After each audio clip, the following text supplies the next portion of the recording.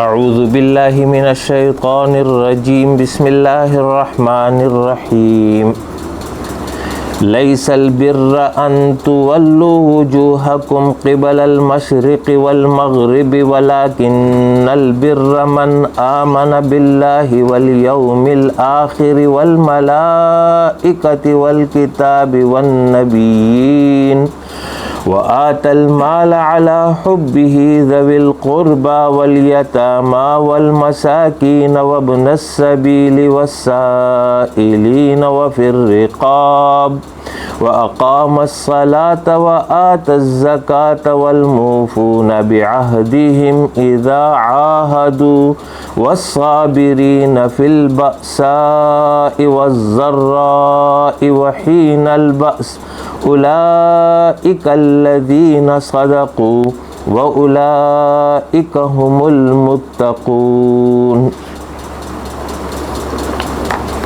سورہ البقرہ آیت نمبر 177 قراءت کی ہے۔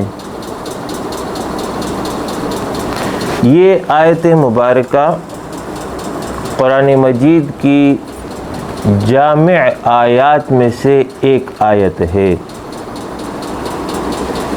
مفسرین کے ہاں یہ آیت آیت البر کے نام سے معروف ہے۔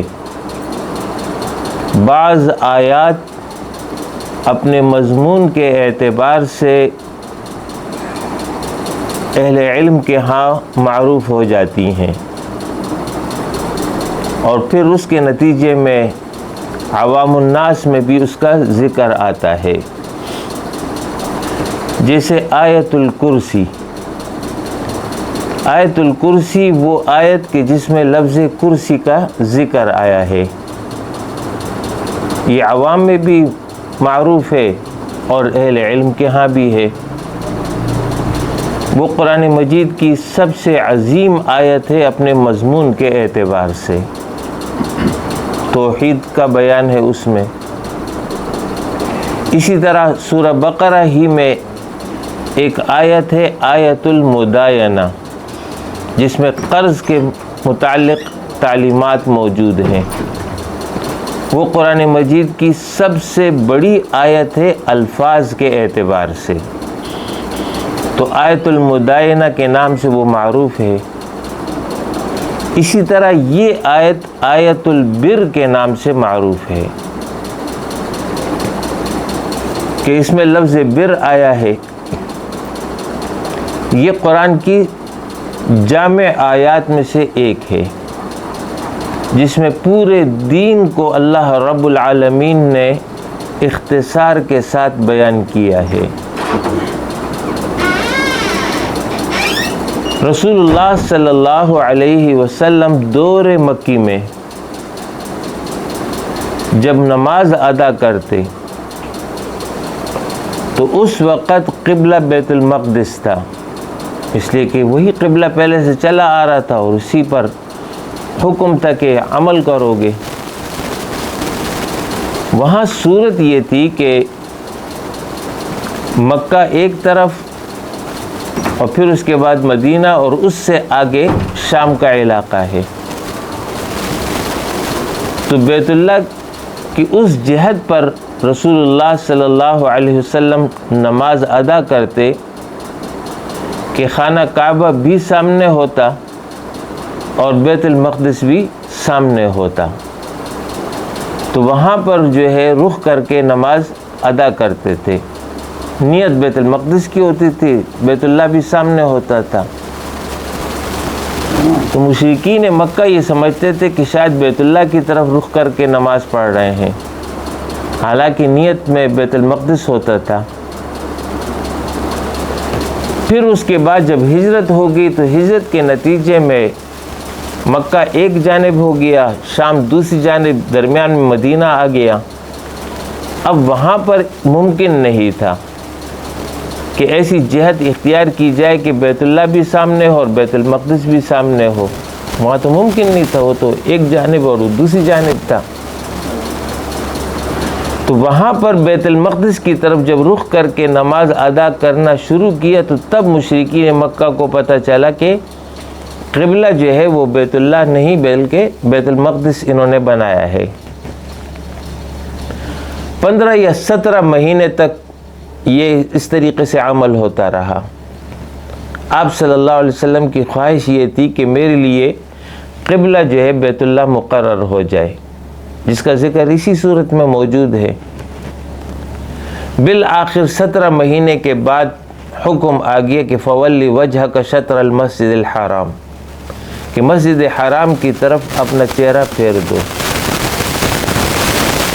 اس آیت کی نزول سے قبل ہی اللہ نے بتا دیا تھا کہ اس پر جو ہے یہودی اور ان کے علماء یہ اعتراض کریں گے کہ یہ کیسا پیغمبر ہے کہ جو پیغمبروں کی قبلے کی نفی کر رہا ہے۔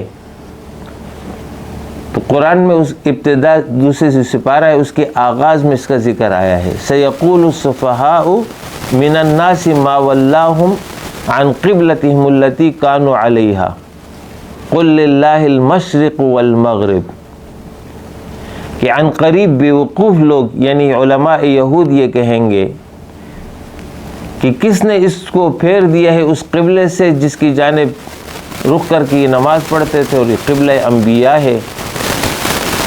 تو اللہ نے فرمایا کہ ان کو کہہ دو کہ مشرق اور مغرب کا مالک اللہ ہے، اس کی مرضی ہے کہ جس جانب حکم دے دے۔ جہاد میں خود کچھ شے نہیں ہے، نہ مشرق میں، نہ مغرب میں، نہ جنوب میں، نہ شمال میں۔ اصل جو ہے وہ پیروی ہے اللہ کے حکم کی، لہٰذا حکم الہی جس جانب ہوگا اس پر عمل ہوگا۔ پہلے بیت المقدس قبلہ تھا تو لہٰذا اللہ کا حکم یہی تھا تو اس کے مطابق عمل ہوتا تھا۔ اب بیت اللہ جہت مقرر ہو گئی ہے تو لہٰذا اب مسلمانوں کے لیے حکم یہی ہے کہ بیت اللہ کی طرف رخ کر کے نماز پڑھیں گے۔ فی نفسی ہی نہ بیت اللہ میں کچھ ہے اور نہ بیت المقدس میں کچھ ہے، اصل جو ہے وہ اللہ کے حکم میں ہے۔ انسان پیروی کرتا ہے اللہ کے حکم کی۔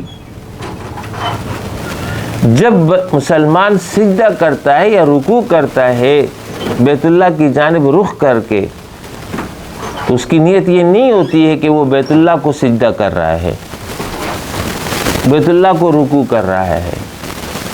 اگر کوئی شخص یہ عقیدہ رکھ لے کہ میں بیت اللہ کو سجدہ کرتا ہوں تو یہ ویسی مشرک بن جائے گا جیسے کہ کوئی بت کی طرف سجدہ کر کے عمل کر رہا ہوتا ہے۔ مسلمان بیت اللہ کی طرف رخ کرتا ہے، وہ اس کے لیے ایک جہت ہے۔ سجدہ بیت اللہ کو نہیں کرتا ہے، سجدہ اللہ کو کرتا ہے۔ جہت جو ہے وہ جو ہے بیت اللہ ہے۔ تو وہاں یہ جواب دے دیا کہ مشرق اور مغرب کا مالک اللہ ہے، اصل جو ہے پیروی ہے وہ اللہ کے حکم کی ہے۔ پھر اس سے متعلق احکامات اور اس سے متعلق تعلیمات بیان فرمانے کے بعد اب آخر میں یہ آیت آئی ہے اس مضمون کے بعد، فرمائے کہ لیس البر ان تولوا وجوہکم قبل المشرق والمغرب، نیکی صرف یہی نہیں ہے کہ تم اپنا چہرہ مشرق یا مغرب کی طرف پھیر دو، اصل پیروی تو اللہ کے حکم کی ہے۔ وَلَكِنَّ الْبِرَّ مَنْ آمَنَ بِاللَّهِ، اب اس کے بعد پھر تفصیل سے ذکر کیا کہ نیکی ہے کیا، نیکی کہتے کس کو ہے۔ فرمایا کہ نیکی یہ ہے وَلَكِنَّ الْبِرَّ مَنْ آمَنَ بِاللَّهِ، نیکی یہ ہے کہ ایمان لاؤ اللہ پر، وَالْيَوْمِ الْآخِرِ، قیامت کے دن پر، وَالْمَلَائِكَةِ، فرشتوں پر، وَالْكِتَابِ، کتابوں پر، وَالنَّبِيِّينَ، اور انبیاء پر۔ یہ پہلا حصہ ذکر ہے، اس پر ایمان لاؤ، یہ ہے نیکی۔ دین اسلام 4 چیزوں پر مشتمل ہے: عقائد، عبادات، معاملات، اخلاقیات۔ ان چاروں پر مشتمل جو تعلیمات قرآن اور حدیث میں بیان ہوئی ہیں اسی کا نام دین اسلام ہے۔ لہٰذا یہاں پر اختصار اور جامعیت کے ساتھ اس کا ذکر ہوا ہے۔ پہلے مرحلے پر ایمانیات کا ذکر آ گیا، من آمن باللہ، اللہ پر ایمان لے آئے۔ اس کے بعد عبادات، عبادات ان امور کو کہتے ہیں کہ جس میں ایک انسان صرف اللہ کی رضا کی خاطر عمل اختیار کرتا ہے، اس کی تعظیم کے لیے، اس کے حکم کی پیروی کے لیے، اس کی رضا کو پانے کے لیے، دنیا کی کوئی غرض اس میں مقصود نہیں ہوتی ہے، اس کو کہتے ہیں عبادات۔ اس میں ذکر کیا کہ وَآتَ الْمَالَ عَلَى حُبِّهِ، کہ وہ دے مال کو باوجود اس مال سے محبت کرنے کے، ذوی القربى والیتامى والمساکین وابن السبیل، قریب رشتہ داروں کو، یتیموں کو، مسکینوں کو، مسافروں کو، والسائلین، سوال کرنے والوں کو، وفی الرقاب، اور غلاموں کو چھڑانے میں اپنا مال خرچ کرے، وَأَقَامَ الصَّلَاةَ وَآتَ الزَّكَاةَ، نماز قائم کرے، زکوٰۃ کا اہتمام کرے۔ یہاں تک عبادات کا ذکر آ گیا۔ یہ دین کا دوسرا اہم حصہ ہے عقائد کے بعد۔ تیسرا ہے معاملات، کہ انسان جب اجتماعی زندگی گزارے گا تو دوسرے انسانوں کے ساتھ اس کا واسطہ پڑے گا، تو اس کے نتیجے میں ایک دوسرے کے ساتھ جو تعلقات ہوں گے، اس کے حوالے سے جو تعلیمات ہیں، اس کو معاملات کہتے ہیں۔ دو بھائیوں کا معاملہ ہے، بھائی اور بہن کا معاملہ ہے، ماں باپ اور اولاد کا معاملہ ہے، رشتہ داروں کا باہمی معاملہ ہے، پڑوسیوں کا باہمی معاملہ ہے، قوم کے افراد کا آپس میں معاملہ ہے، قوموں کا آپس میں معاملہ ہے۔ غرض انسان کا جس دوسرے انسان کے ساتھ جس نوعیت کا بھی تعلق ہو، اس سے متعلق جو احکامات ہیں اس کو معاملات کہتے ہیں۔ یہ دین کا تیسرا حصہ ہے۔ اس کے حوالے سے یہاں ذکر کیا کہ وَالْمُوفُونَ بِعَهْدِهِمْ إِذَا عَاهَدُوا، کہ نیکی یہ ہے کہ جب عہد کرے تو اس کو پورا کرے۔ معاملات کی اصل جو ہے وہ عہد کی پابندی ہے۔ جو شخص عہد کی پابندی کرتا ہے، وعدہ پورا کرتا ہے، تو اس کے معاملات درست ہوں گے، اور جس میں یہ صفت موجود نہیں ہے اس کے معاملات خراب ہوں گے۔ اس لیے اس میں سے اس کو ذکر کیا۔ چوتھی بات جو میں نے بیان کی کہ دین کا حصہ ہے اخلاقیات۔ اخلاقیات کا تعلق انسان کے باطن سے ہے۔ دل میں کبر نہ ہو، غرور نہ ہو، فخر نہ ہو، حسد و کینہ اور بغض کی بیماری نہ ہو، دل میں عاجزی ہو، انکساری ہو، تواضع ہو، اللہ کی محبت ہو، معرفت ہو۔ اس کے حوالے سے ذکر کیا ہے کہ وَالصَّابِرِينَ فِي الْبَأْسَاءِ وَالضَّرَّاءِ وَحِينَ الْبَأْسِ، نیکی یہ کہ جو صبر کرنے والے ہیں، فی البأساء، تکلیف میں، والضراء، اور فقر کی حالت میں، وحین البأس، اور اس وقت جب دشمن کے ساتھ مٹبھیڑ ہو، حالت جنگ میں ہو، اس وقت صبر کرنے والے ہیں۔ صبر باطن کا ایک اہم وصف ہے۔ اگر کسی انسان میں صبر کا مادہ موجود ہے تو اس کے تمام اخلاق درست ہوں گے، اور جس میں صبر کا مادہ ہی نہیں ہے وہ جو ہے اخلاق کے اعتبار سے ناکارہ انسان ہوگا۔ تو اس لیے اخلاقیات میں سے صبر کو ذکر کیا ہے۔ یہ ہے پورا دین، عقائد، عبادات، معاملات، اخلاقیات۔ ان چاروں کو اللہ رب العالمین نے یہاں بیان کیا، اور اس کے بعد فرمایا کہ جو ان سب پر عمل کرے گا یہ ہے کامل نیکی، یہ ہے اصل نیکی۔ اولئک الذین صدقوا، یہی لوگ سچے ہیں، ان کا دعویٰ ایمان درست ہے، ان کا قول اور عمل اور ان کا باطن جو ہے وہ یکساں ہے۔ وَأُولَئِكَ هُمُ الْمُتَّقُونَ، یہی لوگ متقی ہیں، اللہ کے ہاں ان کے لیے انعام اور اجر اور اکرام ہے۔ یہ ہے خلاصہ اس آیت کا، کہ جس میں اللہ رب العالمین نے جامعیت کے ساتھ پورے دین کو بیان کیا ہے، تو پورے دین پر عمل مطلوب ہے۔ اب اس کی تفصیل تو فرمایا کہ من آمن باللہ، جو شخص اللہ پر ایمان لے آئے۔ اللہ پر ایمان اس میں یہ ہے کہ نمبر 1 اللہ کی وجود پر ایمان. یہ پوری کائنات، اس میں جو کچھ بھی ہے، ان سب کا خالق، ان کا مالک، ان کا مدبر، ان کا متصرف ایک ہی ہستی ہے اور وہ اللہ ہے. اس کے علاوہ دوسری کوئی ہستی نہیں ہے جو خالق ہو.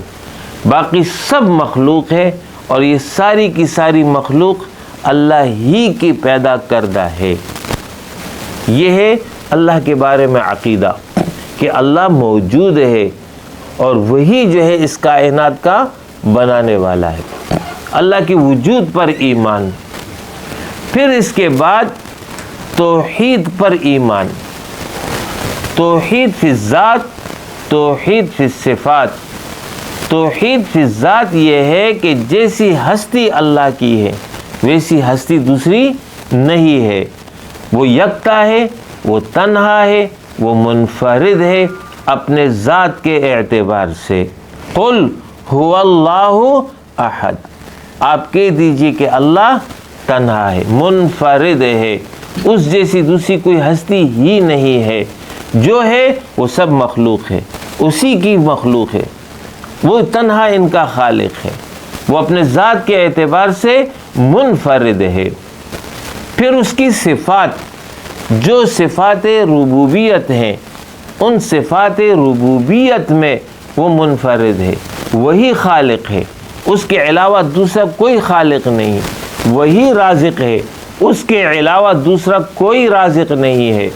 وہی اس کائنات کو چلا رہا ہے، اس کے علاوہ دوسری کوئی ہستی نہیں ہے جو اس کائنات کو چلا رہی ہو. اس کے علاوہ بھی صفات، جو صفات ربوبیت ہیں، جو صفات رب ہے، وہ مختص ہیں ایک اللہ کے لیے. جو صفات الوہیت ہیں وہ مختص ہیں ایک اللہ کے لیے. وہ اکیلا ہے اپنے ذات اور صفات کے اعتبار سے. پھر توحید فی الربوبیت اور توحید فی الالوہیت. توحید فی الربوبیت تو یہی ہے جو میں نے بتا دیا کہ وہ اکیلا ہے رب ہونے کے اعتبار سے. اس کائنات کو اسی نے بنایا ہے اور وہی اس کو چلا رہا ہے. دوسری کوئی ہستی نہیں ہے جو اس کائنات کے چلانے میں اس کے ساتھ شریک ہو. نہیں، ایسا کوئی نہیں ہے. وہ خود اس نظام کو چلا رہا ہے. جس کو چاہتا ہے اٹھاتا ہے اور جس کو چاہتا ہے گراتا ہے. جس کو چاہتا ہے کھلاتا ہے، جس کو چاہتا ہے پلاتا ہے. زندگی اس کے ہاتھ میں ہے، موت اس کے ہاتھ میں ہے، عزت اس کے اختیار میں ہے، ذلت اس کے اختیار میں ہے. نفع وہی دے سکتا ہے، نقصان بھی وہی دے سکتا ہے. اس کے علاوہ دوسری کوئی ایسی ہستی نہیں ہے جو ان کاموں کو کرے. توحید فی الالوہیت کہ اللہ منفرد ہے الہ کے اعتبار سے. الہ برحق، معبود حق ایک اللہ کی ہستی ہے. عبادت اسی کی ہوگی، اطاعت اسی کی ہوگی، بندگی اسی کی ہوگی. اس کے علاوہ کسی اور کی پوجا اور پرستش نہیں ہوگی. اس کے علاوہ کسی اور کی بندگی نہیں ہوگی. لا الہ الا اللہ. اللہ کے ماں سوا کوئی الہ نہیں ہے. الہ برحق وہی ہے. یہ جو لوگوں نے اپنے لیے مختلف الہ بنا رکھے ہیں یہ سب الہ باطل ہیں. ان میں سے کوئی بھی الہ حق نہیں ہے. یہ سب جھوٹے الہ ہیں، بناوٹی الہ ہیں، انسانوں کے بنائے ہوئے ہیں جن کی کوئی حقیقت نہیں ہے. الہ کی ہستی ایک اللہ کی ہے. یہ ہے توحید. تو توحید پر ایمان رکھو گے. من آمن باللہ. دوسرا یہ ہے کہ والیوم الآخر، قیامت کے دن پر ایمان. قیامت کے دن پر ایمان یہ ہے کہ یہ دنیا کی زندگی حقیقی زندگی نہیں ہے. یہ آزمائش اور امتحان کے طور پر دی گئی ہے. کسی کو 40، کسی کو 60، کسی کو 90، کسی کو 100 سال دی گئی، لیکن یہ ہے محدود زندگی. ایک وقت آ جائے گا کہ یہ ختم ہو جائے گی. چار و ناچار انسان نے اس دنیا سے جانا ہے. جانے کے بعد انسان فنا نہیں ہو جائے گا، ختم نہیں ہو جائے گا، بلکہ ایک وقت آئے گا کہ جب سور پھونکا جائے گا اور اس کے نتیجے میں جتنے بھی انسان دنیا میں آئے ہیں، مر گئے ہیں،